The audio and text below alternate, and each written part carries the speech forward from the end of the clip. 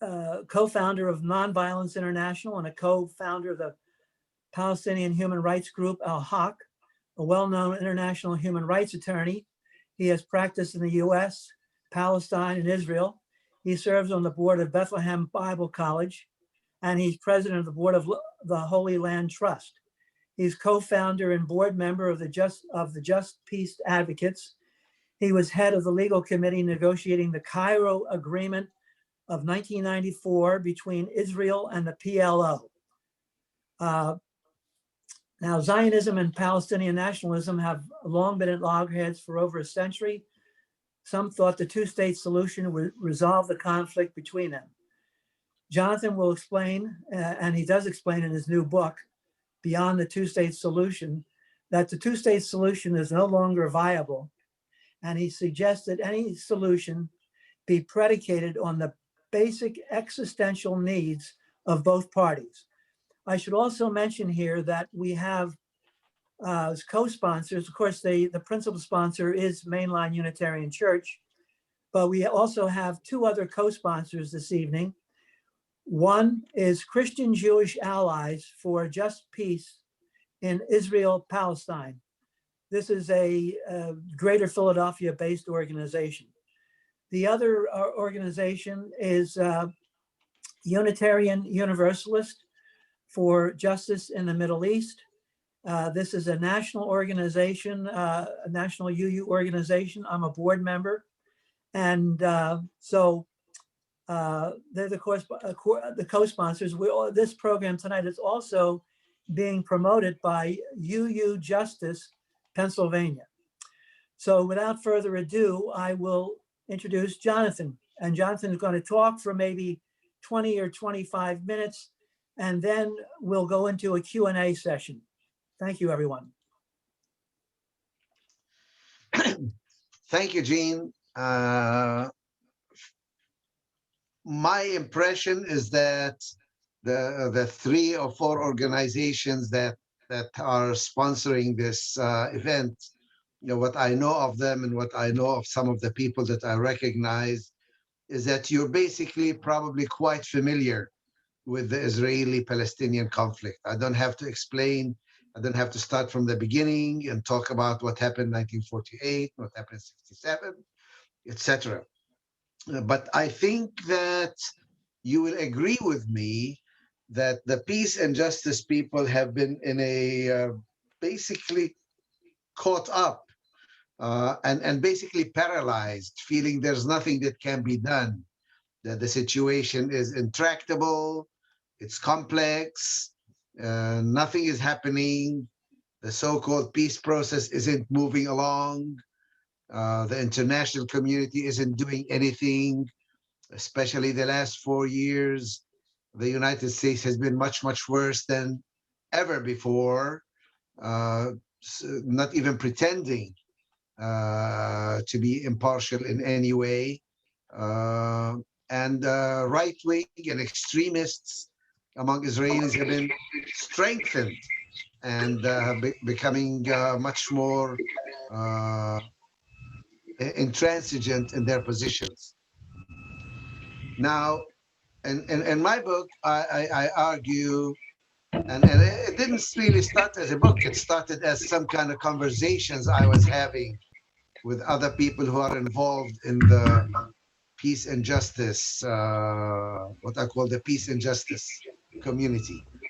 By that, I mean people who are genuinely interested in peace and who care about both Palestinians and Israelis, and who really want to see some kind of progress that has at least a modicum of justice to it. And so I said, look, we really need to think out of the box. We really need to change the conversation. And it was very clear that the two-state paradigm had locked us into a paradigm that was going nowhere. Where even talking about the two states anymore was just reinforcing the status quo, because everybody knew it was not going to happen. And I need to make that point, because if somebody is still caught in that paradigm, it's hard for you to move to where you knew we all need to move. And it's a difficult thing, because the two-state solution for many years has been the only game in town. That's international law supports it, the international community supports it, even the Palestinian, the PA supports it, and the Arab world supports it, and the Arab Peace Initiative. And the Israeli government, if really pushed and forced, they would say, yeah, they support it too. But the reality on the ground is different. The reality on the ground is that in many ways, that solution has been totally and thoroughly undermined to the point where it's no longer realistic. And what undermined it was the creation of hundreds of settlements that are exclusively Jewish, not even Israeli settlements in the West Bank. So that to really have the two-state solution, you basically need to deal with the reality of 700,000 Israeli Jews living in what's supposed to be the Palestinian state, and 22% of Palestine. But it's not just that physically on the ground these people were moved there. There was a whole system, administrative, legal, health, education, even a system of roads that serves these settlers and that separates them from the Palestinians in the West Bank.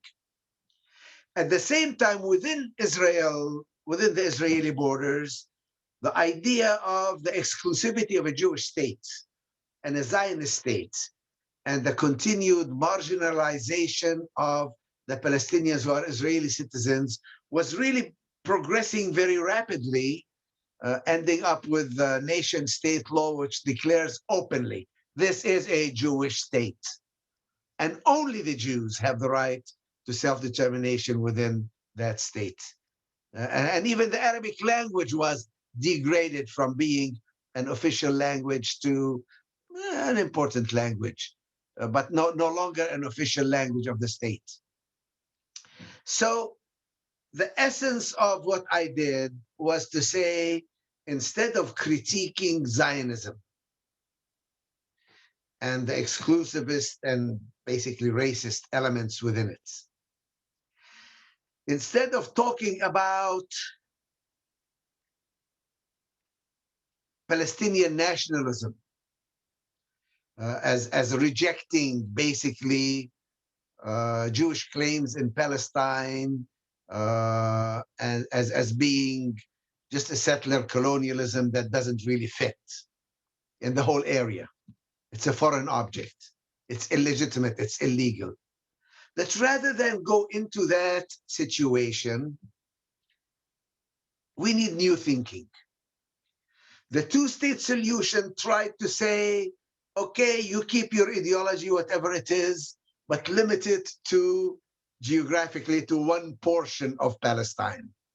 Palestinians, you just talk about the West Bank, Gaza, and maybe Jerusalem, East Jerusalem, and don't talk about the rest. Khalas, forget it. That's gone.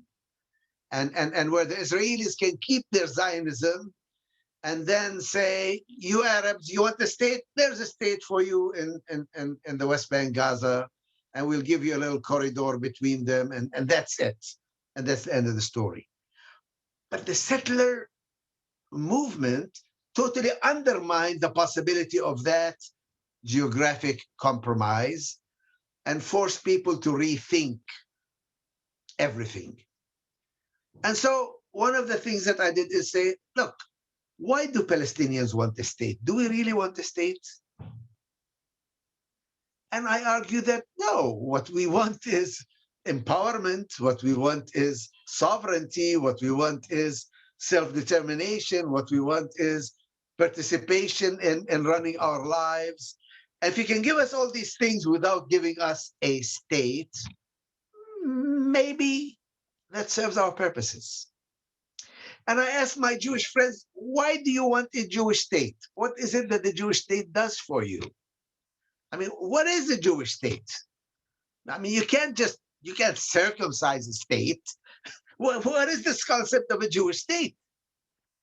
I said, well, a Jewish state for us means a number of things. One rabbi I like to quote when I pushed him on it, and he says, basically, I want a state where any Jew, anywhere, anytime, no questions asked, can go and live there and be able to defend himself. I said, well, supposing I give you a state where any Jew, anywhere, no questions asked, can go and live, well, he doesn't need to defend himself because nobody's out to get him. Can we do that? Can you have a state? And I told my Zionist friends, I said, basically, you failed. Your Jewish state is not as Jewish as France is French, because half the people living in that state are not Jews. And I tell my Palestinian Arab friends, you can't keep saying Palestine Arabiya, Palestine Arabiya, Palestinian Arab, when half the people living in Palestine today are not Arab. And they're going nowhere. They're there to stay. Can you have everything that the state gives you without negating or demonizing or dominating or oppressing or pushing out the other? I claim you can. So that's where the idea of the book came from. To try and imagine a new hybrid state in all of Israel and Palestine that basically addresses the basic existential needs of both communities without going into the usual verbiage of critiquing the other, demonizing the other, analyzing the other, and insisting on your rights. So, of course, there are problems. So I try to handle each and every one of these problems one at a time. One of the biggest problems that I talk about is the demographic demon, a false view of democracy, that if I have 51% of the vote, I can negate, I can demonize, I can expel, I can keep out everybody else. You can't do that. You can't do that. In a democratic society, and I assume that both sides want a democratic society, you cannot ignore any substantial minority. They have to become a stakeholder. They have to think of this as their state as well as the state of the majority. You have to have guarantees for the rights of the minority as well as for the rights of the individual, while you recognize that the majority can rule. So if we can create a constitutional framework that addresses the need of both communities, regardless of demography, in other words, regardless of who has 51% of the population, that these rights and these needs are met even when you become 40% instead of 60%. And so I talk about the constitution and how that works. And I talk about how do you address the need of both sides. How do you address the right of return? How do you address what I call the Holocaust Syndrome, the obsession with security that Israel has? And you can address them in a way that is not altered by a shift in demography. So this little book that I wrote, and I think that all of you who attended or who are attending will be receiving a link where you can download a PDF for free of this book if you don't want to buy it through Amazon or whatever. It's a short book, and I really appreciate all of you. It's a quick read. I appreciate those of you who haven't read it yet to go through it critically and respond to me and say, look, you really are totally wrong. You fail to address this. You fail to address that. Or how can you be sure of this? How can you be sure of that? Because I really think that it is the fate both of Palestinian Arabs and Israeli Jews to live together. We cannot ignore or negate the other. The idea of getting rid of or disenfranchising, more likely, all Arabs, it's not going to happen. And the idea of getting rid all of the Jews who came in since 48 or since 36, whenever, is also not realistic. It cannot happen, it's not going to happen. But the idea of learning to live with them as equals in the same state, I think is possible. And we have some examples in history where that happened and where that happened successfully. We also have good examples where a numerical minority not only survived, but thrived and continues to be very much in power and very much capable of dealing with the majority. Because the tribal view that somehow, as an Arab, I will always vote for Arabs and not Jews. I mean, we see in the United States, the most popular candidate in the last election among American Muslims was Bernie Sanders, a Jewish person. And most Muslims would love to vote for him rather than any Arab who would go into politics. I know that in Palestine, there are some Palestinian Arabs I would never vote for.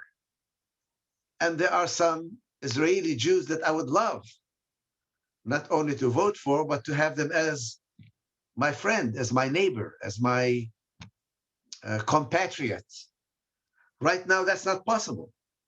Right now, the state of Israel is the one who is in charge of the entire land, the entire area of historic Palestine, plus a small piece of Syria as well. But in order to arrive there, there are a number of obstacles, obviously. And one of them, of course, is the tremendous disparity of power between the two sides. Most Israelis are saying, we're perfectly fine. Why shouldn't this continue indefinitely? We don't care. We will continue to rule this whole area the way we want, as long as we have the umbrella of support from the United States that not only gives us the money and the weapons and the technology and the connections, but also that shields us from international law, shields us from the International Criminal Court, shields us from having to give any concessions to the other side. So there's no cost to us to continue basically in an apartheid situation. That is one of the problems that needs to be addressed, as I said. The other is the security fears of the Israelis as a people who have gone through not only the Holocaust, but millennia of anti-Semitic persecution, mostly in Western Europe, mostly in Christian countries, not by Muslim countries and not by Arabs. But in their mind, Zionism gave them an answer. And the answer is Jewish statehood and Jewish power. We have a state of our own and we build huge walls around it and we defend it against the rest of mankind, not just against Palestinians or Arabs or Muslims. That was the answer that was given by Zionism, which is why, especially after the Holocaust, Zionism became a very popular view among Jews, even though until that time it was just a small, radical, fringe group opposed by many Jews, especially the religious Jews who says, this is nonsense, this doesn't make sense, this is not what Judaism teaches, and this is not what we believe in. We are a people, yes, we are the Jewish people, but we are also good Americans. We're also good French people. We're also good Iraqis or good Arabs. We happen to be Jewish also. So this wedding of ethnicity with religion that Zionism came up with for the Jewish people was not always the only avenue open to Jews, but because of the persecution, because of the anti-Semitism, the argument became we need to have security, especially after the Holocaust. We can trust nobody but ourselves, and we can trust nothing other than military power. So I had to deal with that as a Palestinian, even though it's not my fault. It's not my people. It's not the Arabs, and it's not certainly not the Muslims who have caused this. But I have to deal with this reality that Israeli Jews are hung up on security, and I need to address their security needs. I have at least, I'm running out of time. I have at least two novel ideas that try to address the security fears of Israelis. The first is, I say, why don't we agree and make it part of the Constitution that the Minister of Defense, the head of the Army, Navy, Air Force, nuclear establishment there will always and forever be Jewish, with an Arab deputy, but every other position in the armed forces will be open on the basis of merit and merit alone. And anybody who doesn't want to fight will have the option of doing civil service instead. At the same time, the head of the police will always be an Arab, and his deputy will always be a Jewish person. The second idea that I had was that 10% of the defense budget, big or small, will always go to a special ministry of what I call Ministry of Cooperation and Tolerance and Mutual Understanding. Because the biggest danger to the security of the average Israeli is not Iran, is not Turkey, is not some combination of Arab armies. The biggest threat to their security is some Palestinian schoolgirl with a pair of scissors in her pocket who is so full of anger that she wants to stab any Israeli that she can see. How do you address that? Well, you address that with a whole ministry that actively works on promoting understanding between the communities, joint projects between Arabs and Jews, teaches peace, teaches mutual understanding, teaches each other's history and religion and language and culture. Anyway, As you probably know, I'm a pacifist, so it's no big thing for me to give up the military power in this new state. But seriously, I think we can reach arrangements that address the needs of both sides. As I said, this is an idea. This is just a proposal. This is a way to shift the conversation away from what has become a paralyzed situation that doesn't further the interest of either side. I will stop here, and I hope you have some questions about what I've said, or if any of you have read the book. By the way, it has the last 3 or 4 pages is an executive summary.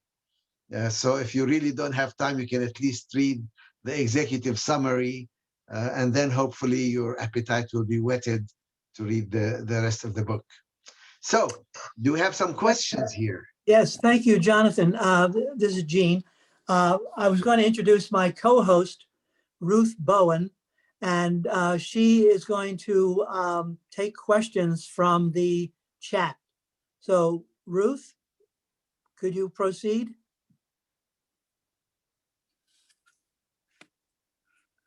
Will Ruth read the questions, or Ruth is muted. Ruth, you're still muted. unmute yourself, please?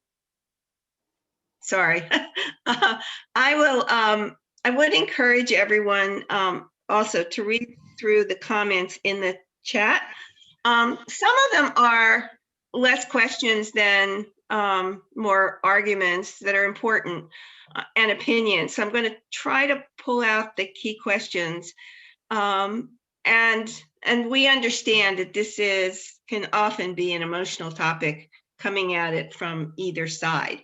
So I have a friend who is, I can tell you from experience, I have a good high school friend. We've been friends since high school, and we argue about this all the time, discuss it, different sides of it. So I do understand it. But one question, Jonathan, and I actually had the same question. Given the new US administration, if you were in a position to advise President Biden on the policy towards Palestine and Israel, what would you advise? Okay. The current administration is not likely to be the source of our salvation, because the United States has been very much part of the problem and not part of the solution. It has made it basically, and you will hear that from, I think, Israeli leftist friends, it has made their job harder.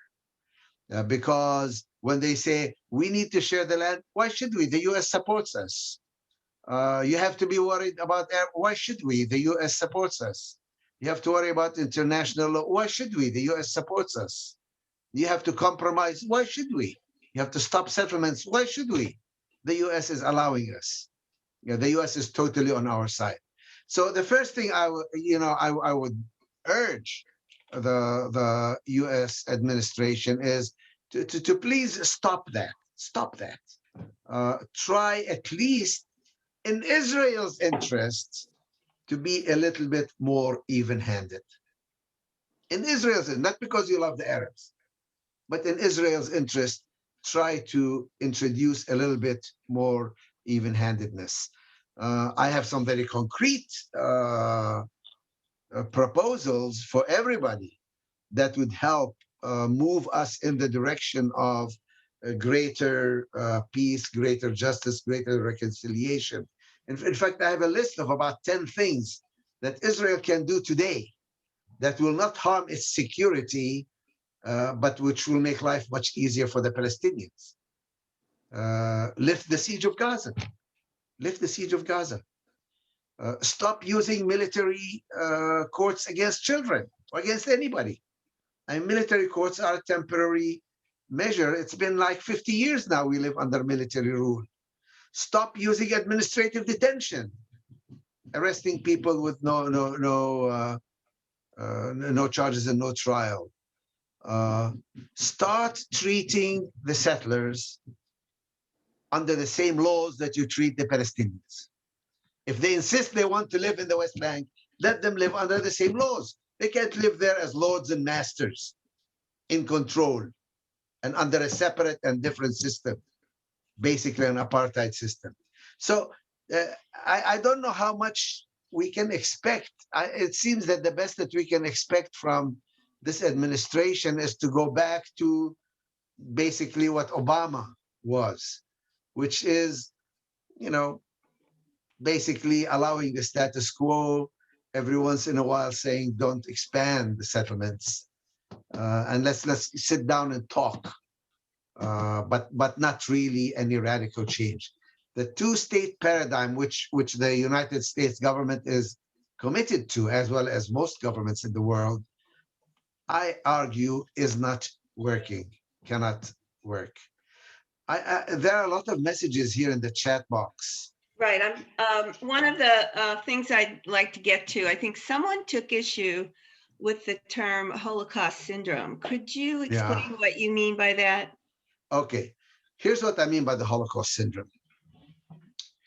The Holocaust occurred in Europe, in one of the most supposedly enlightened, civilized Western European countries, where probably Jews had a greater degree of assimilation than other places in Europe. And that what occurred there was so horrible, so utterly horrible at every level, that it totally permeates the mentality of many Jewish people, and rightly so. I mean, they faced genocide. Over 6 million people. It's not a small thing. So after the Holocaust, many of them are not likely to respect or acknowledge or rely on anybody else. In a way, one of my Jewish friends said, after the Holocaust, there's only two kinds of Jews left in the world. Those who say, never again will we allow this to happen to us. Whatever it takes. If it takes nuclear weapons, we'll obtain them. If it takes ignoring international law, we'll do that. If it takes committing atrocities, we'll do that. Nobody has the right to even talk to us. Never again will we allow this to happen. That's it. We will rely only on ourselves. And the other kind of Jew are those who say, never again will we allow this to happen to anyone. So we will be involved in international law, we will be involved in human rights, we will be super sensitive to inequality, to discrimination, to racism, wherever it rears its ugly head. We will be at the forefront of movements of solidarity, of mutual assistance, because what happened is so horrible. Never again will we allow this to happen to anybody, not just to Jews.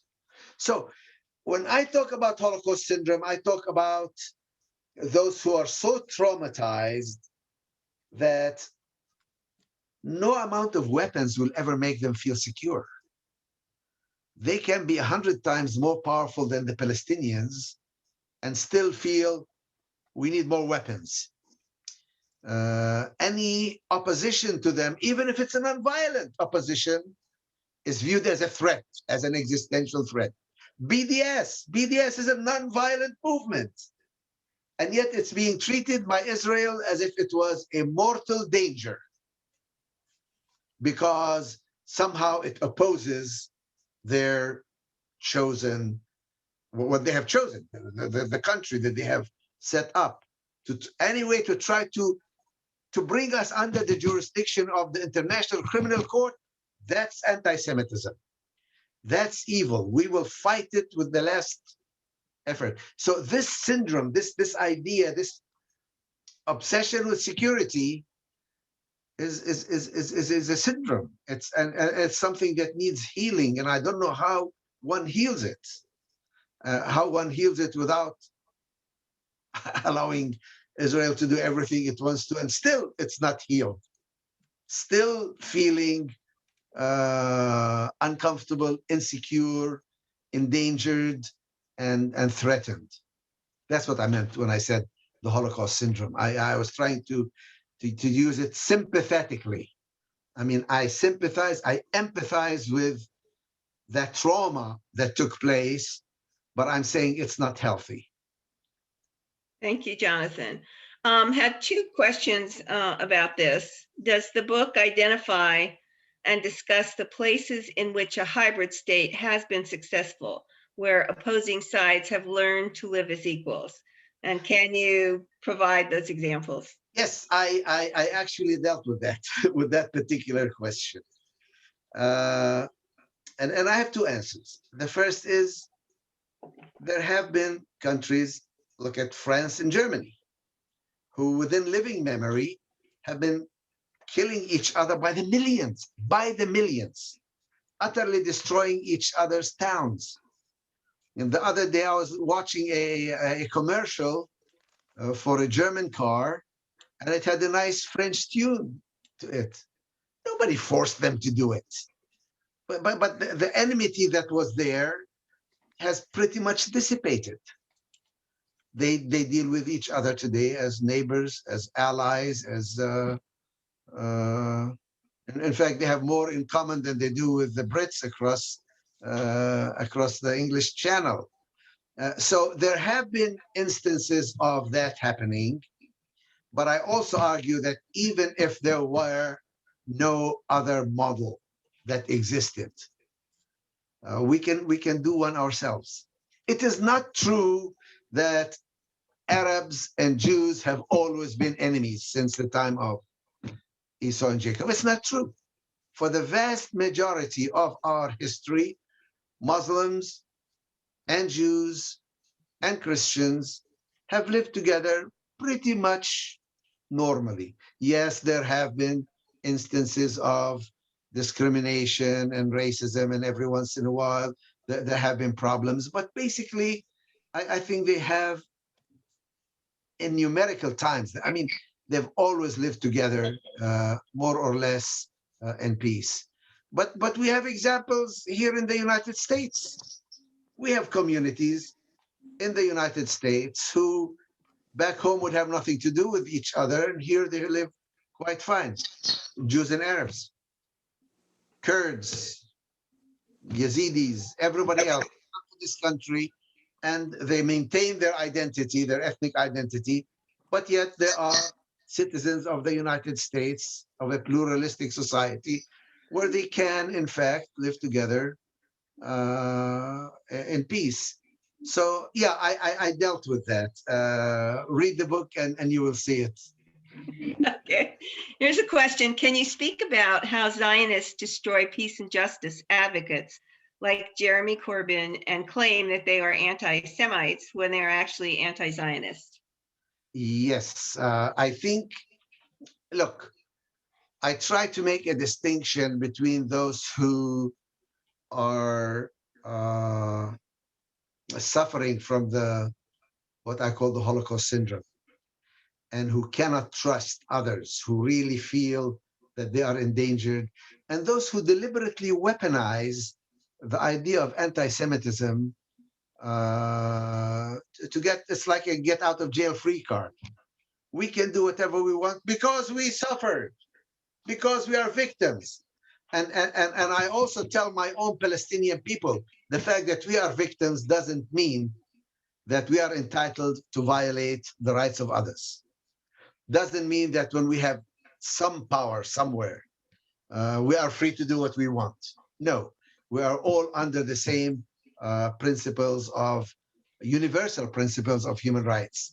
Now, it just so happened that on this issue, there is a deliberate effort, very well funded, very well organized, to systematically go after those who would object to Zionism.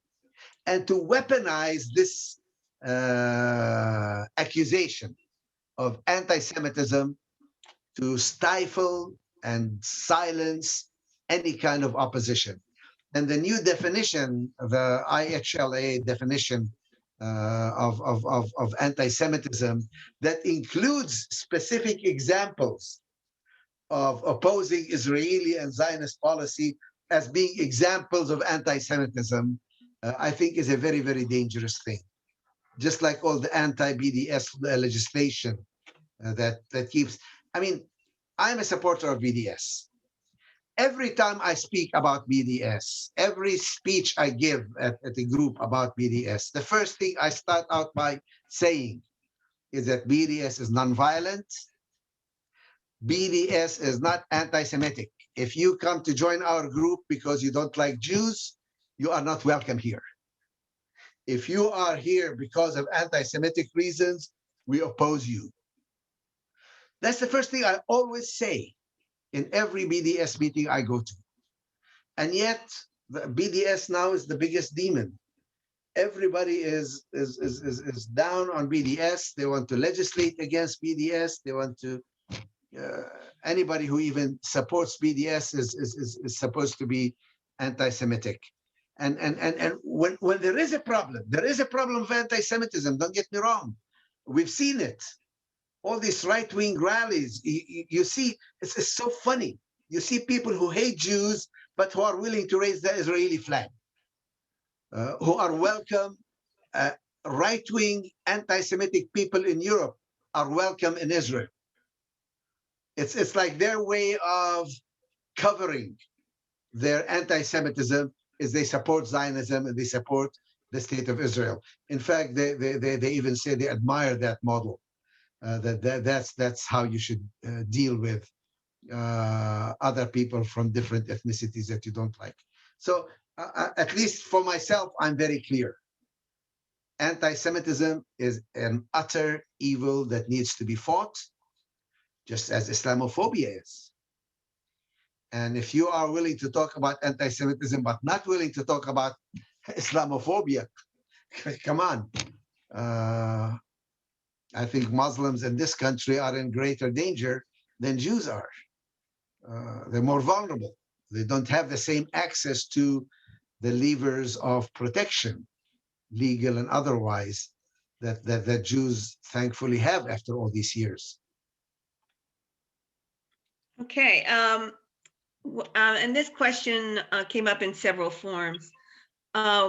What should liberal Jewish organizations, wait a minute, liberal Jewish organizations and other organizations focused on justice, what should they be doing? What's your recommendation for how we should engage? Well, first of all, I think we need to break out of the false paradigm that accepts the basic presumptions of the status quo. And we should be willing to critique, even to critique Zionism and the whole ideology on which Palestinians as well as Israelis have predicated their ideologies so far. That's a huge step. And it takes a lot of people a lot of time. Most people instead withdraw and become neutral. They just avoid the discussion altogether because they want to be part of their tribe, part of their community. And the community can be very harsh if they view you as opposing them. I know I was on a speaking tour, mostly to evangelicals, but basically I used to go with a person from JVP, Jewish Voice for Palestine. And in some places we would be disinvited, and we would be specifically told that we're disinvited because of the Jewish person, not because of the Palestinian person. And they were willing to listen to a Palestinian, but they will refuse to listen to a JVP person. So I know how a community can be very harsh on its own members who are willing to break with the standard party line. I feel sorry. I feel very sorry for my Jewish and especially my Israeli friends. If an Israeli person today, and I have Israeli friends who has a conscience, they have a very hard time. They can't really live with themselves as Jews because of what the state of Israel is doing. Many of them just leave the country because they can't deal with the kind of racist and discriminatory laws that privilege them at the expense of others in the same country who are not Jewish. So there's at the ideological level, there's a battle that they need to engage in.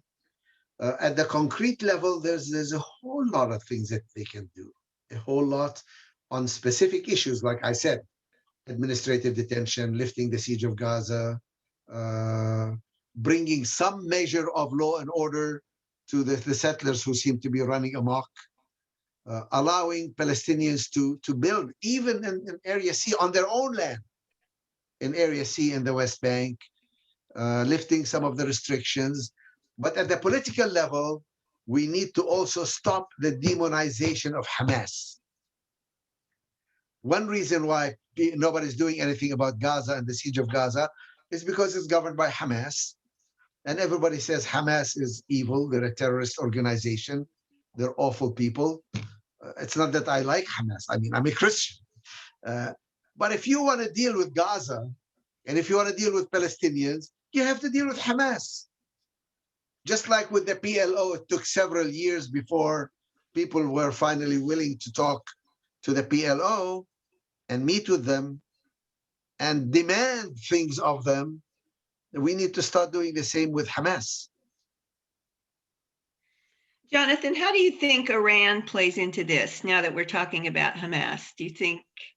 It doesn't. Iran is another demon that is always brought up.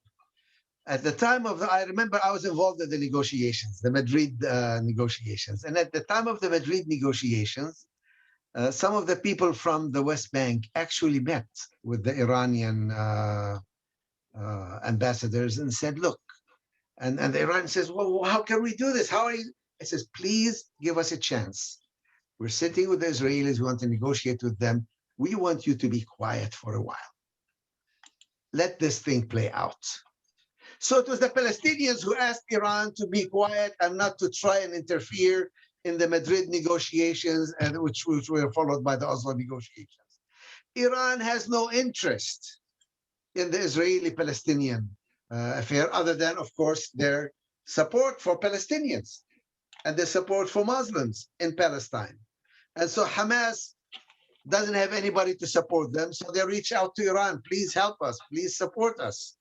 And Iran says, yeah, of course, we're also suffering from the great Satan, the United States, and we will support you and we will help you. But they're not really a factor. They are a red herring that avoids the real question, which is, how can Palestinians and Israelis live together and make peace?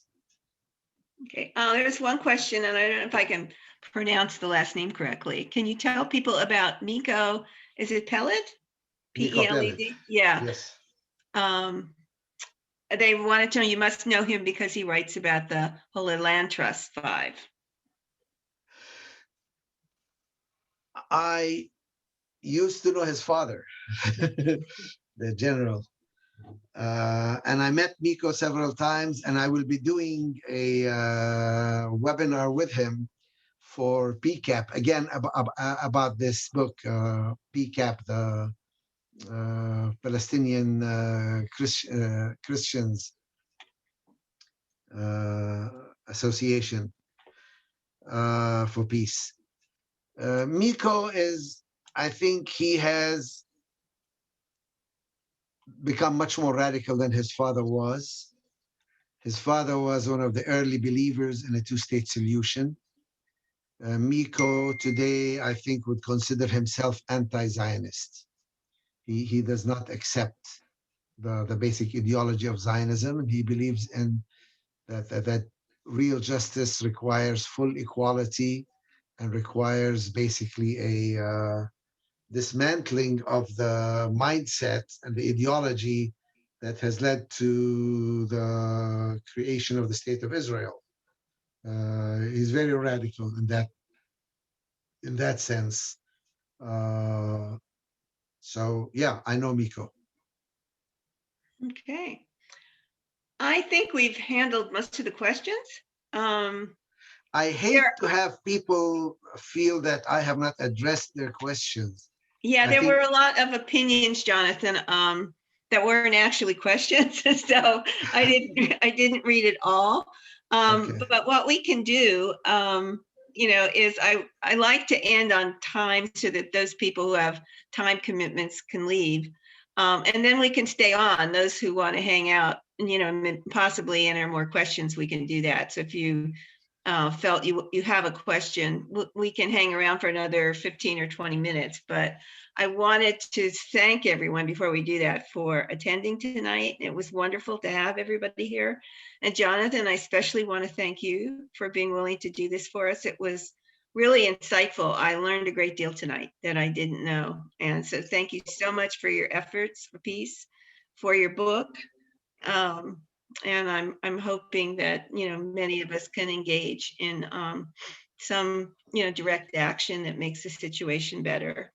So at this point, those of you who want to sign off, it's okay. I'm not going to end the meeting. We can stay a little while and unmute yourself at this point if you have, a question that you'd like to ask. Can I say something to you, Jonathan? Can I speak? Yeah. If Ruth allows you. Yeah. So I